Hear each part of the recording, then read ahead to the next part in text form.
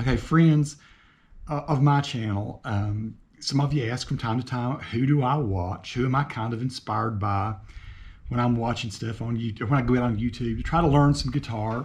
And so this today I have one of those guys, and it's quite an honor to me because this guy is like to me he's way far above me. You should be watching him. You should not be watching me.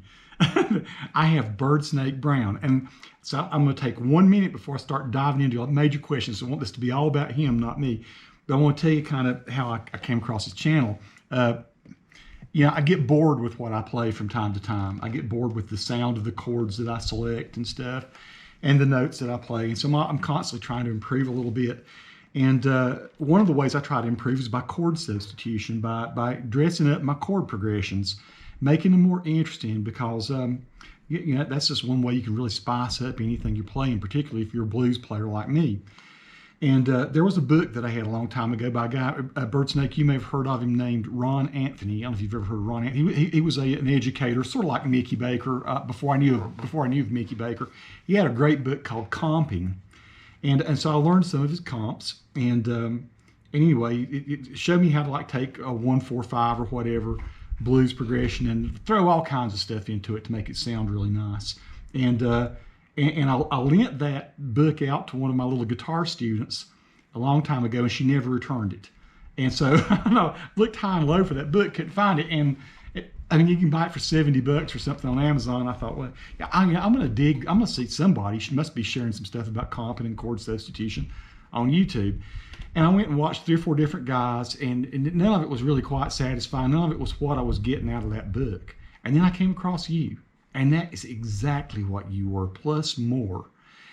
And so with that, I'm going to hush. I want to set, first of all, Birdsnake, introduce yourself a little bit and tell me a little bit about who you are and what your channel is. And then I want you to play some examples. I particularly want you to play that Coltrane turnaround, which is what, Sure. when I heard that, I said, okay, I'm hooked. This is the guy I'm going to spend some time with. He has my attention. So talk a little bit about yourself here and your background.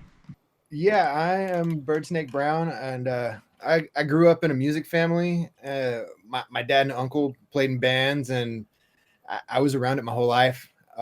So when I was about 6, my mom taught me E minor, and from that point on, I was kind of a guitar player. And then when I got old middle school age, I started getting into alternative music and classic rock, and I just got more and more into it. And then when I was turning 18, the saxophone player in my dad's band gave me a Charles Mingus CD for my birthday, and I had never really listened to jazz before. And from that moment forward, that's what I really loved the most. So right around that same time, Napster came out, and I could listen to every Miles Davis song, or I could just explore music, So I just went from there, and then I've been playing in cover bands since I was 20, playing in trios, anywhere I can get a gig. So that's me. Well, now, if you don't mind me asking, I'm a 57-year-old guy who's been playing guitar since he was like 15. And yeah, for me, it was that stuff back in the day when I was a kid. It was Cream, it was Zeppelin, it was it was Leonard Skinner, it was stuff like that. A player named Toy Caldwell with Marshall Tucker Band was a guy that really got me a lot. He was just a really smooth player, and he bordered on. He was one of the Southern rock guys that went into that sort of a jazz territory from time to time, and it was really interesting. And later started listening to more blues players that sort of segued me more into people like Robin Ford, who very much delve into jazz, and so I've always had that. I always wanted that sound, and but it's hard to find people that can really explain that, and you have a gift for it. One of the questions I did want to ask you, I got a whole list of questions here for Birdsnake, but your whole idea for teaching. Tell me about your channel and how it was you conceived this, and how it was that you had an innate idea for what a guitar player would need to learn to actually get this stuff in his head. Right. Well, my channel kind of came about in a strange way. 15 years ago, I made some videos of some fuzz pedals, and they got thousands and thousands of views. And so later on, then I thought I need to make more videos, but I don't think I was ready to make videos about guitar. So I made vlogs about all sorts of stuff. And more people that knew me in real life were like, hey, you got to make guitar videos. So at some point, I started doing some guitar videos. I'd talk about strings or do a kind of a basic lesson. But my lesson style kind of arose from, I'm a little bit of a visual guitar player. So putting that chart on the screen, it works for me to see where the notes go. You know, I can read music well enough to learn from a book. I can read tab, but just seeing the chord shapes on the screen, it works so well for me. I thought I think other people could learn like this too. And then also finding ways to explain, like, you know, the way a chord progression's heading to when you're going to the 4 in a blues, you know, you're heading to the 4.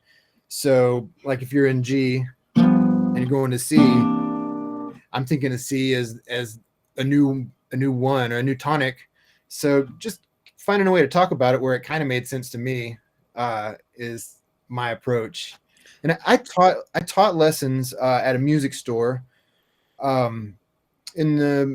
till about 2010, and most of that was somebody brings in a CD and says, hey, I want to learn track number 7. And then I'd figure it out by ear and kind of show them what I was listening for. So that was mostly that's what most students wanted at that time. And then from there, I've taught a little bit here and there and, you know, got together with people to learn.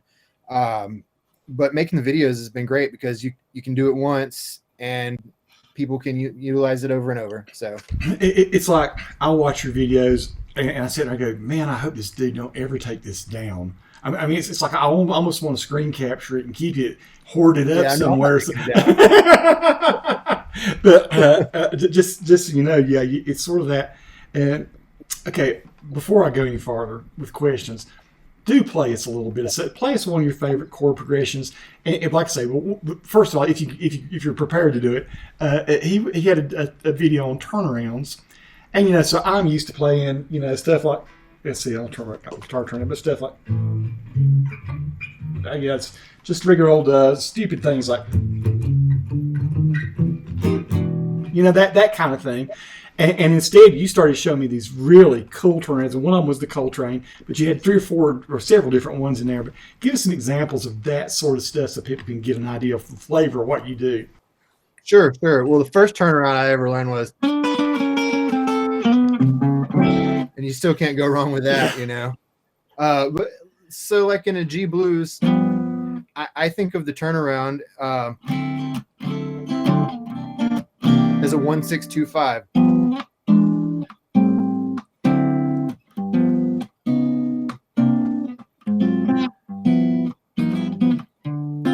And that's I'm kind of turning around to the 4 there.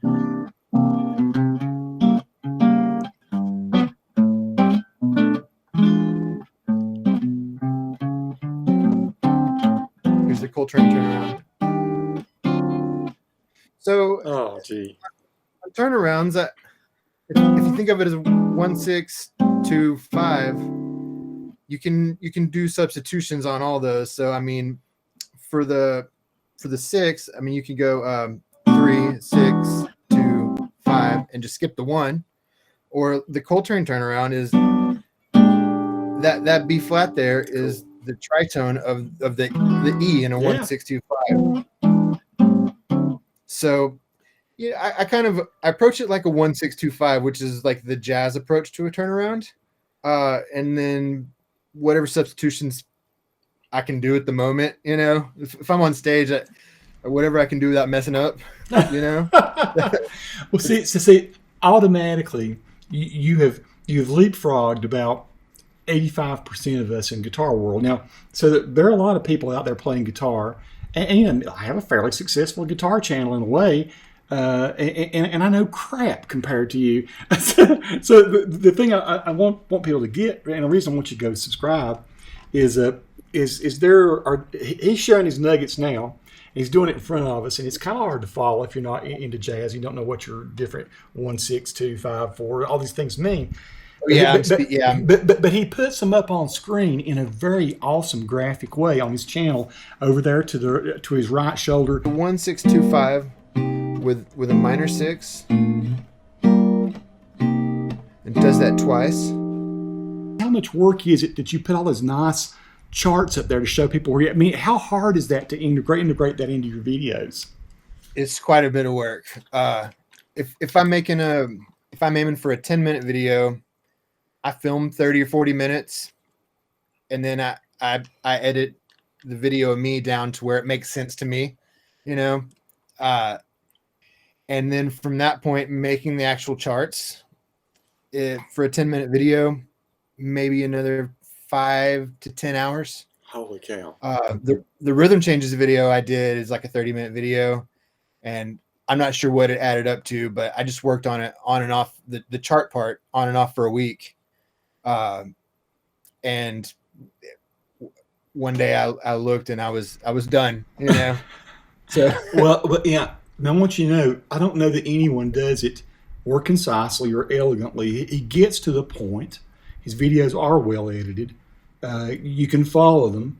You can study them. It's like going to jazz school, and so that's what really just snagged me right away. I said, okay, this guy's doing it right. Subscribe. Immediately I subscribed, and since I'm a video editor too, I understood the effort that must go into this, and you have a gift. I want you to know I appreciate you. I hope other guitar players will too. I hope that the guitar players that sort of follow me in my sort of like strange little meanderings will say, you know what, I need to take it to the next level. Tony's he's okay, but this guy is where I need to go. And even if we just put 10% of what Birdsnake knows into our playing, it will start to sound much more interesting and much more fluid and just I don't know, just catch the ear. Those little bits and pieces, those little chord substitutions we call them, go a long way toward really making music, I don't know, truly listenable. Wow. So I got to ask a little bit. So you got the Mingus, you got the various different other records you started listening. Was it just listening, or did you find some resources? What helped you along? Well, at that point, that was early 2000s. Music theory was starting to show up on the internet. You know, there was the resources were starting to be available.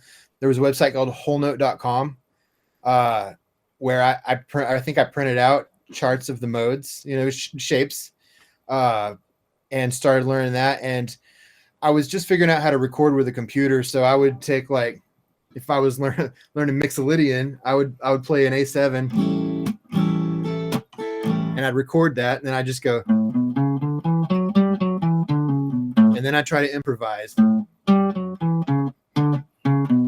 And so I grew up with my uncle was a lead guitar player.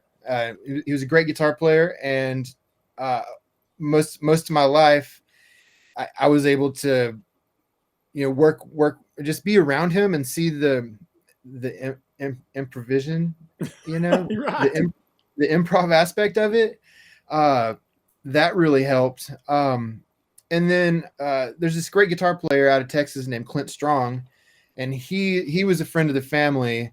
So I was able to take some lessons from him and study with him a little bit. And that really opened up to see how he listened and played along with a jazz album. Really kind of showed me how to listen and learn to a jazz album. It's a lot harder than, like, I spent a lot of time also like learning Clapton and Hendrix and stuff. Yeah. And the notes move by at a pace that you can kind of grasp. With a Hendrix solo, you can kind of figure out what he's doing. But then when you go and listen to Charlie Parker, it's a saxophone going 100 miles an hour. So seeing someone else play like that in person, you know, that really opened up some stuff for me. That really helped. And then also I've played 1 or 2 gigs a week, other than summer of 2020, since I was about 20 years old. Wow. So that stage time, that it kind of forces you to lock in what you've been practicing and move on to the next thing. So that helps a lot too. And also playing with different groups. A lot of blues, classic rock. I even played in a top 40 band. I've played a little bit of everything, and that forces you to learn a lot of songs. Yeah. And that process of listening, no matter what kind of music it is, making yourself learn something. I mean, I've had to sit down and learn a Lady Gaga song. Yeah. You know, Yeah. I've played. I mean, I've played a little bit of everything. So that process of just here's how I sit down and learn the song and get it onto the instrument and then do it on stage. That's helped me a lot to just be able to take music that I like and learn it and then learn how to improvise over it. What was it that inspired you to do the YouTube channel? I mean, other than that, so you did tend to, you did a lot of different things. You did blogging, you did fuzz pedal, all these different things. But what was it you said, you know, there needs to be somebody really big time explaining in a clear, concise way, straight to the point way, how to put some jazz into your playing? What I mean, did you look around at other YouTube channels and say, I could do that better? Tell me about your journey on YouTube. No, I mean, well, I vlogged just like I'm going to go to lunch and taking the camera with me for about a year. And I uploaded almost every day. So the process of getting fast at editing, that's when I was kind of like, I need to move this to guitar because that's what I really do. But for me as a learner, I would go like watch a Ted Green video. Yeah, and it would be really hard to follow though. And I was like, if I would try, you know, put the YouTube on 50% and figure out what his hands were doing. But if there was just a chart on the screen, then I just know where to put my hands. So that's part of how I developed the chart thing. And there's a lot of great resources on YouTube. But for me, it's faster if there's a chord chart on the screen. Yeah. Any other way, you know. It is what sets you apart. I'm glad you mentioned Ted Green, like chord chemistry. You may have that book. That was the book when I was a kid. Not a kid. Yeah, I'm on page 1. I know it's like okay, wow, Ted, you kill me with like he puts the kitchen sink in there, and he was so brilliant. He was such an incredible player. People don't know who Ted Green was. Just go look at his. Had books on single note solo, and he had books on chord substitutions. But it's like it's almost like overkill. It's too much. You give me digestible chunks, and that is what most of us need. You know, most of us aren't on a level like you, and so you're still playing pretty much, right? Through the pandemic, you've had to slow down, I guess. But yeah, we went about 3 months where we didn't play, and then started, you know, on patios and stuff like that throughout the summer of 2020. We played once or twice a month. And then by the winter of 2020, I mean, here in Texas, everything was open again. Yeah. And so we were playing gigs. So we're pretty much still going full steam, which has been great. It was at first it was like, all right, I'm going to get creative at home and write some stuff and learn a bunch of stuff. But then I really didn't do that. I thought I was going to do that with all that time, not playing gigs. But yeah, so I was glad to get back on stage. Well, now, so you're in Texas. I mean, a lot of people don't realize I have a Texas history. That's where I was born, Killeen. My dad was at Fort Hood, but then I was like by 2 weeks old, I was back in North Carolina. My mom had shipped back, and Dad was going to get me. Anyway, so I'm curious, what part of Texas are you in, Birdsnake? I'm in DFW. I'm right between Dallas and Fort Worth. Oh, right. Well, that's a pretty cool place to be. Lots of gigging opportunities there, right? It's a great place to play gigs. It's kind of a concrete jungle, you know. Yeah. There's not many trees left, but if you want to play gigs, it's awesome. Yeah. I can play all the time, so that's a benefit of being here. Where we'll see. Oh gosh, I have my train of thought is going like in different directions right now. but I was going to ask. So, are there other videos? I haven't delved so far back into your channel that I know, but are there some live videos of you guys playing in any of your groups? There's a little bit on there. I don't upload a ton of that stuff. Maybe I should more. I don't know. But there are, if you dig back through there's some videos of us doing a few tunes here and there. some of more of like rock stuff, and then a few videos of us playing jazz. And then if you dig back even further, it's me going to the mountains or me going to lunch. A lot of videos like that. Well, that's totally cool. Now I gotta go back and find out more about the man's life, the man behind the guitar. Well, yeah. So I had some kind of like sort of like esoteric questions here I wanted to ask you. That's long too, so you could review them. But like one of them was, why is playing guitar and pursuing music a really worthwhile goal or dream? What is it about music, in particular guitar, that just made you say, yeah, this is what I want to do in my life? Well, when I was maybe 12, my dad said, if you just get good at the guitar, you'll always have girlfriends. And so, well, that is a motivation to start. He was right. But yeah, so that might be what really got me started. But as I got older and started to, learn different things on the guitar, different styles of music, the ability to never know everything is what is, to me, the greatest thing about guitar. If you're a great blues player, there's country. There's a whole, there's country music. If you're a great country music player, there's jazz. If you're a great jazz player, there's blues. Like, there's always the next thing that you can do.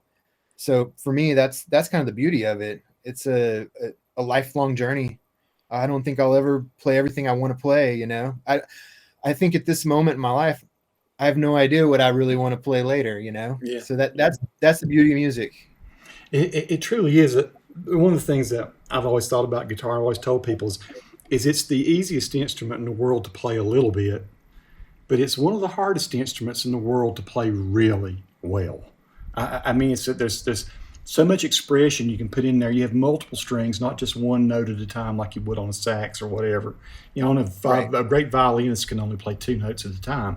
A pianist can do all kinds of things, but he's on one instrument with pretty much one tone, unless he's a synthesizer player and these pitch bends and stuff. But there's nothing as immediate, with your fingers to the string, to the wood, to the frets into the amp. I think that's the thing that's so magic about guitar. And then you're right. How do you apply that? Those techniques that you learn, those sounds that you're able to make to different styles of music, but you have a very, like I say, good, strong teaching ability.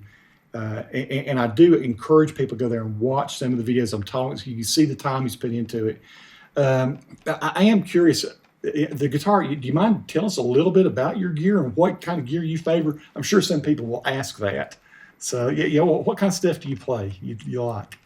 On a normal gig, I have a couple of Dumble amp clones.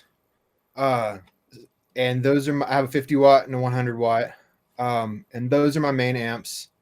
The 100 watt Dumble clone for me is the ultimate one for a gig, because when it's clean, it can be as loud as you want and still clean. And then it has that built-in overdrive channel. That's a great sound in overdrive. So my main amps are the Dumble copies. And I have a 100 and a 50 watt, and they're both copies of Dumble 102. And those are my main amps, but I also love twin reverbs. Yeah. Especially for jazz, if you're playing loud and you want, with a louder drummer and you want to stay perfectly clean, there's no amp that does it like a twin reverb.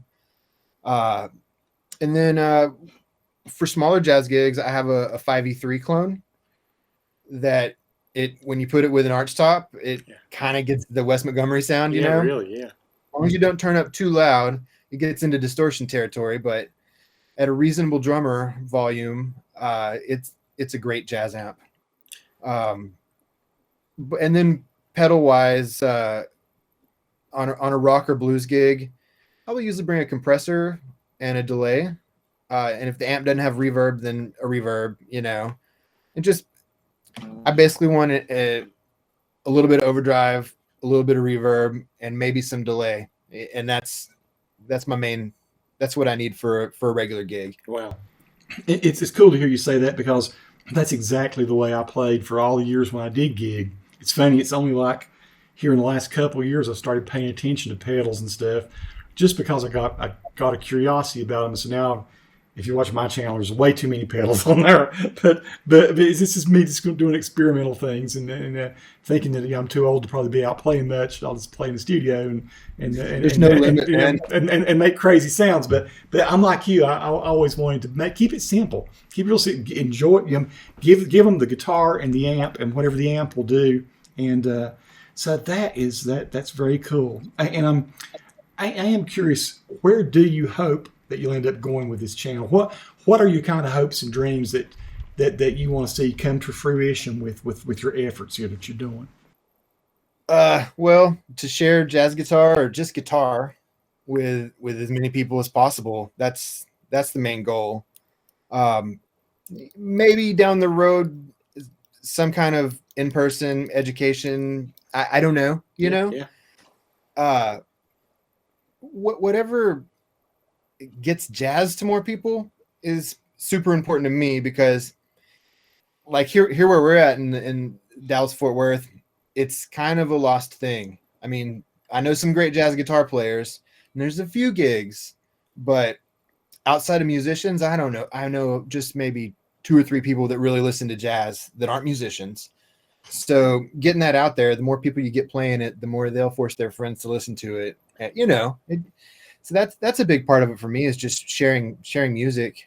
And then guitar as an instrument in general, it's had a great impact on my life. I mean, it gives you something you start out with on the guitar.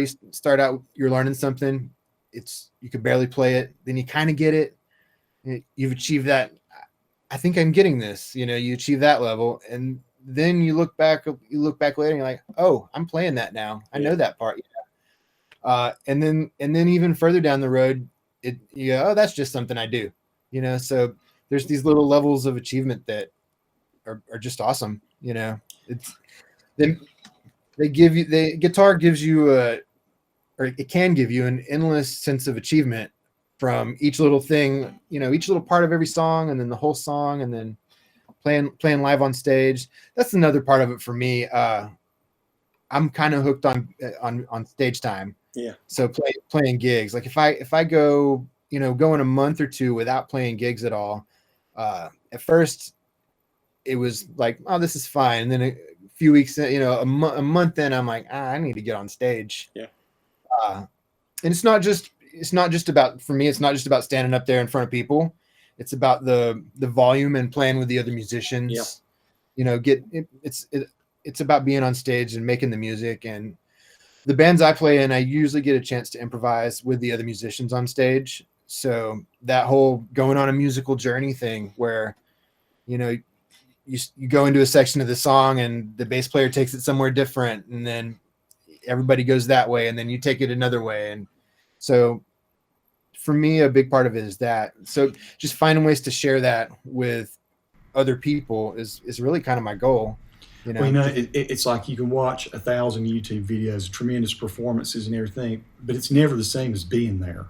I've got a bunch of Rush DVDs. That was what I used to like to listen to when I used to go. But I remember, so I still have those DVDs, Blu-rays and things, but it was nothing like being there.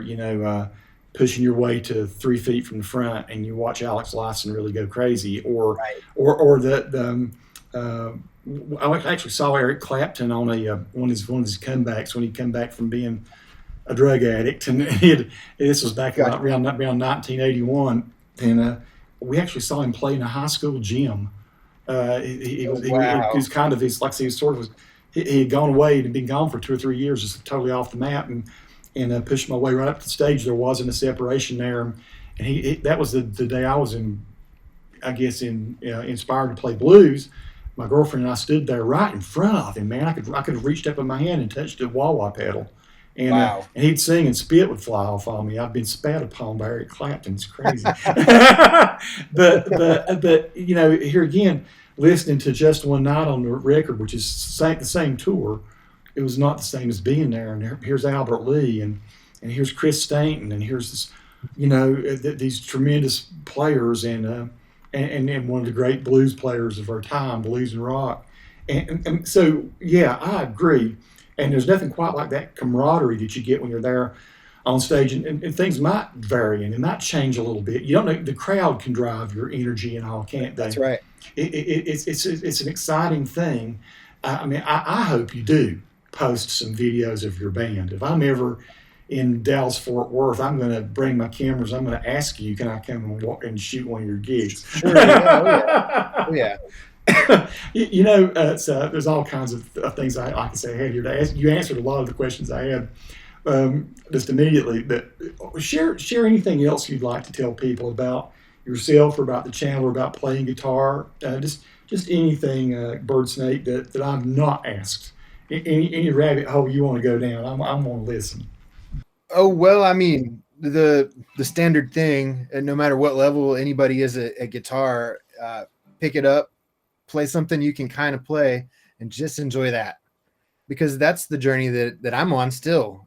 Pick it up, play something that I'm kind of working on, and just mess around with the guitar. That's I think the number one thing is get the guitar in your hands. I'm guilty of going a day or two where I don't really play the guitar. And I look back and I go, I didn't pick up my guitar for a couple of days. I wish I had. So, pick up the guitar and play it. That's the main thing. And I'll also listen to everything. That's anything that has good musicianship is worth listening to.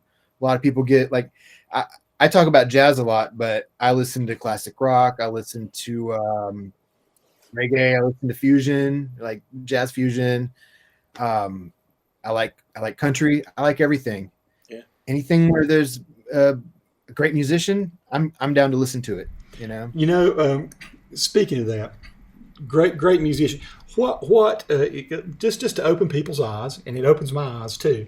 Every time I ask someone this question, I find out about somebody that I've missed, someone I've not listened to before.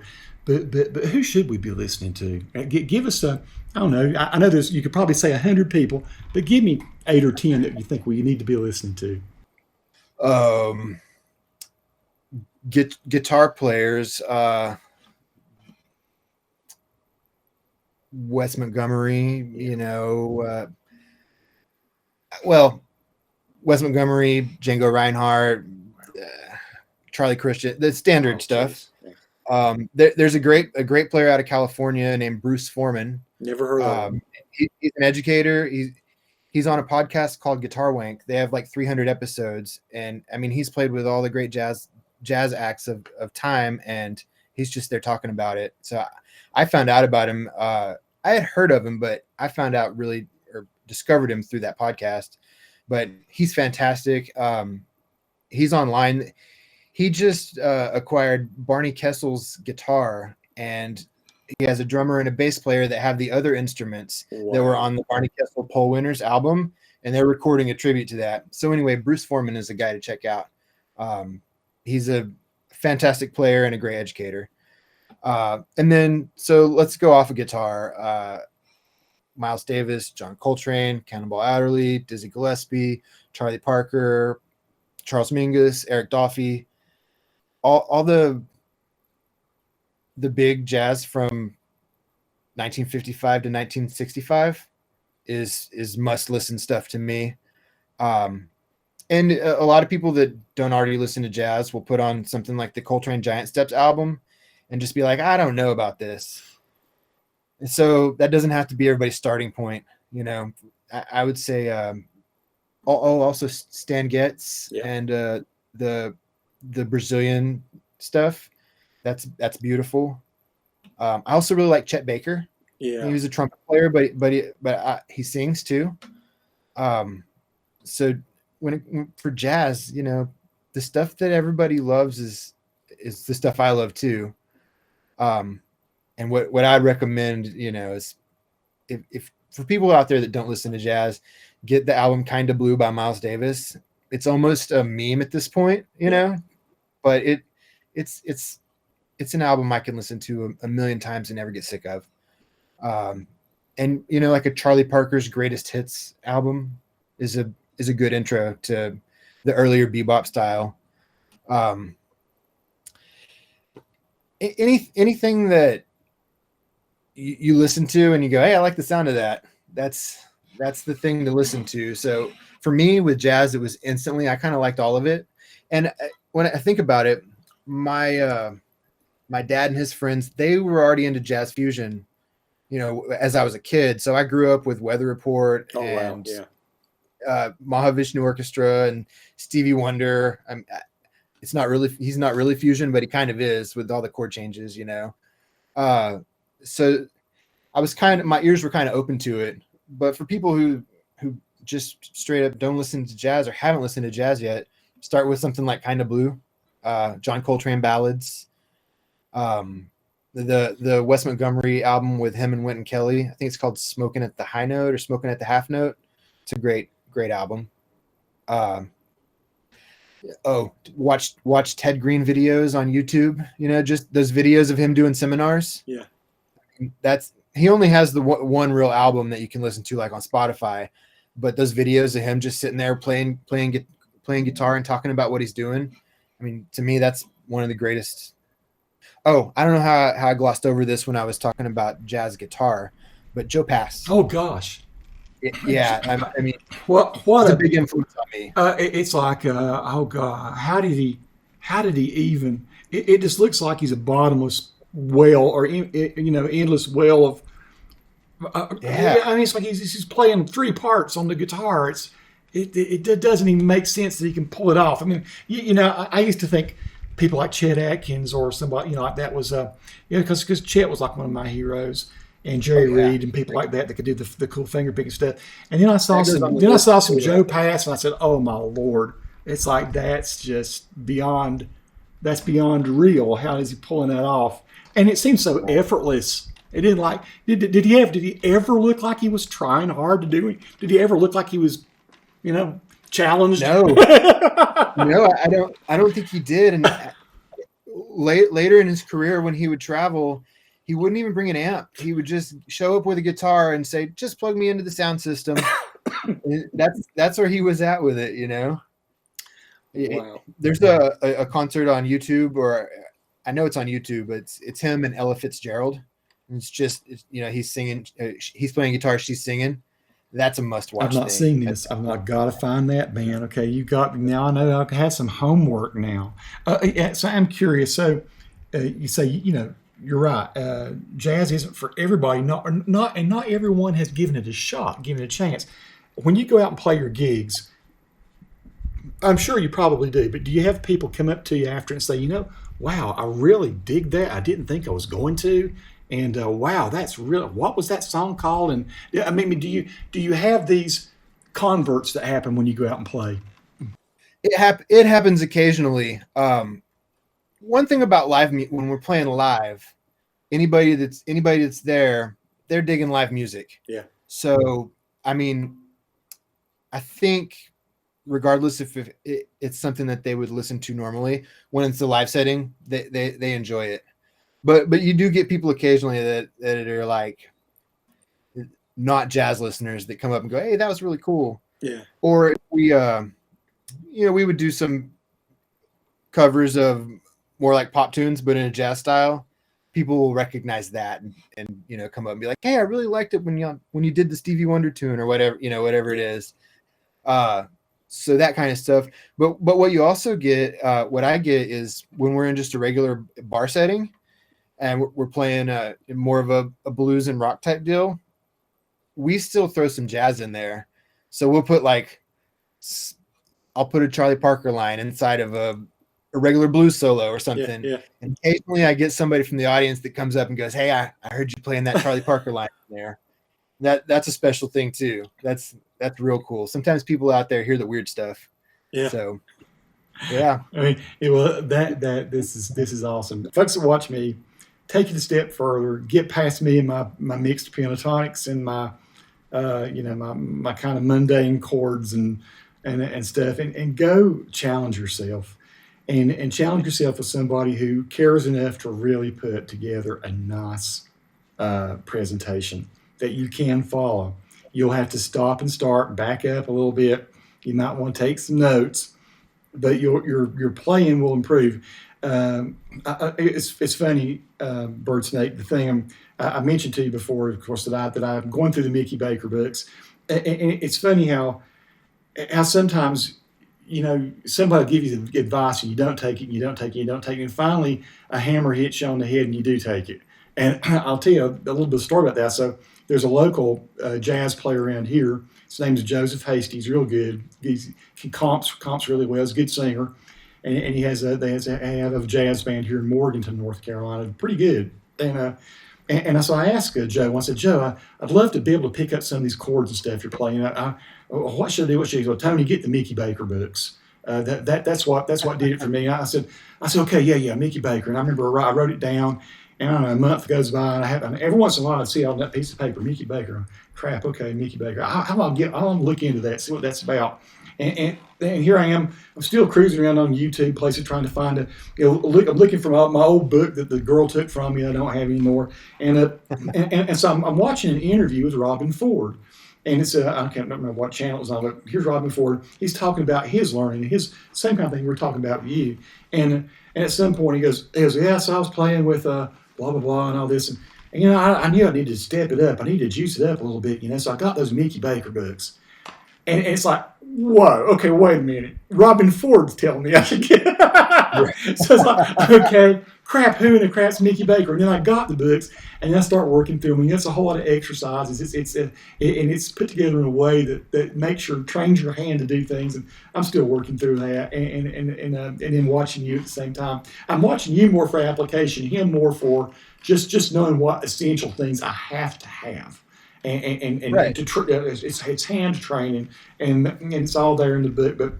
But so folks, take my advice and do go. Even if you're at a lower level on guitar, I mean, if you know A7, if you know a G major seventh, if you know some A minor seventh, D minor seventh, if you know your ninth chords and a few things, don't just stop there. There's a whole lot else. And then there's this whole method that Birdsnake is sharing, and it's worth digging into. And I've taken up 45 minutes of your time. Any closing thoughts, brother? You want to play us out with anything, or it's just whatever you want to do? But I guess I could play a little something. Yeah. But along the lines of what you said about don't stop learning chords. Let's go to A. I've been in G all day. So when you're in A, and E is the 5 chord, it's the dominant chord. It's the one that makes you want to go back to A. I think something that really opened up music for me is when I realized when I'm playing that 5 chord and heading back to the 1 that I could play all the substitutions. The sharp 9, the flat 9, a 13. Yeah. And then it all leads back. So there's a million substitutions and different voicings, and so just finding one. Those are that regular sharp 9, flat 9. Just simple things like that, man. Yeah, or the 13. No, God. That's one of those chords that kind of scares you. But it's not really that hard. It's not impossible. Yeah. So that and also leading into the next chord from a half step above. I do a lot of that. I'll like on a blues. Yeah. That kind of stuff.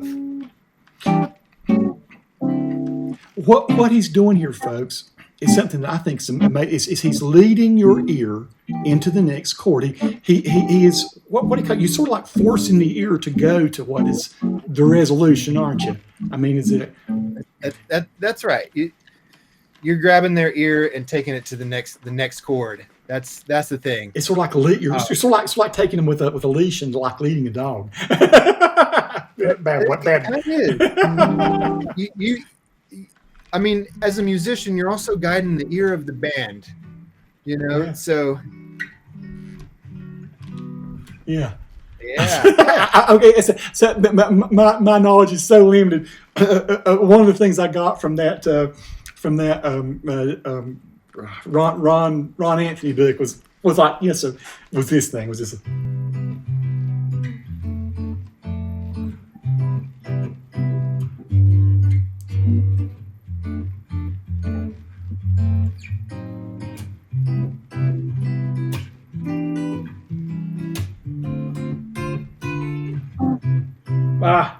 Sorry. I got you. Oh yeah, it's like a. This is beautiful changes. It's like oh man, and so I learned that much. Then I gave the girl the book. There were 1,000 things like that in there. Oh man. So you are fulfilling that need in my life for really excellent chord progressions and things. Well, Oh man, thanks so much. well, and here again, I hate to take up more of your time than at some point in the future, I'm sure we'll need to have a follow up because some of my people are going to ask me a lot, and I hope you see an uptick in subscribers soon because you, my friend, are worth it. Thanks so much. Oh, gee. Yeah, I'd be glad to do a follow up. It's been fun just talking about guitar. That's another thing about doing the videos for me. It just allows me to talk about guitar. Wow. That's what I like to do, you know. Well, many thanks to Birdsnake Brown. Go over to his channel. I'll have a link in my. If you don't, you just type in Birdsnake Brown. Nobody else is Birdsnake Brown. Yeah, you'll find me. I'm Birdsnake Brown. Yeah. Go find it. Watch some of the videos. I promise it's worth your time. It's worth your effort, and it'll take you to a new plane. And man, I have a crazy, just butt kicking schedule in my life, and I've got to give anything if I had an hour a day that I could dedicate to you and the Mickey Baker books, and I know I would become such a much better guitar player. I know that it's like so single note solo and riffs and stuff. I picked that stuff over the years, and so I've got that kind of. But the thing that's crazy is when you play with somebody who can really comp like you can be playing your plain old blues pentatonics and your modes or whatever. And that guy who's playing underneath you is making you sound like a boss.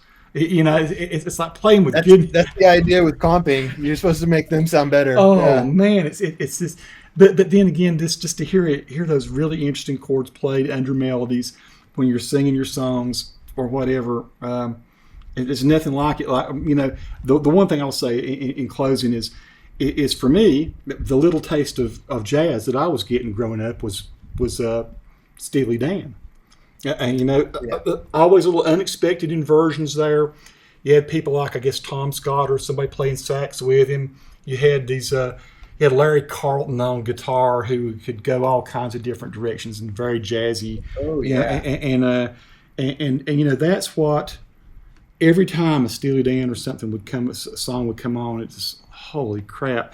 That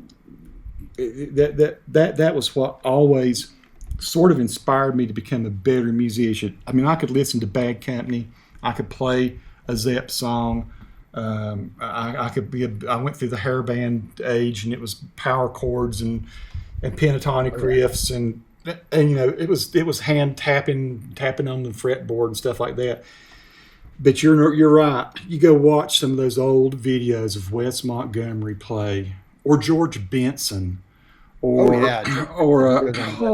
cow, this guy can play so just amazing players, and Pat Metheny, and I mean these were guys I was listening to and saying, gee whiz, and there is I hope there is a revival of jazz, and I hope there is just an awakening again, and I hope that people will go out and watch people like you play. I do hope you post some live music, Birdsnake.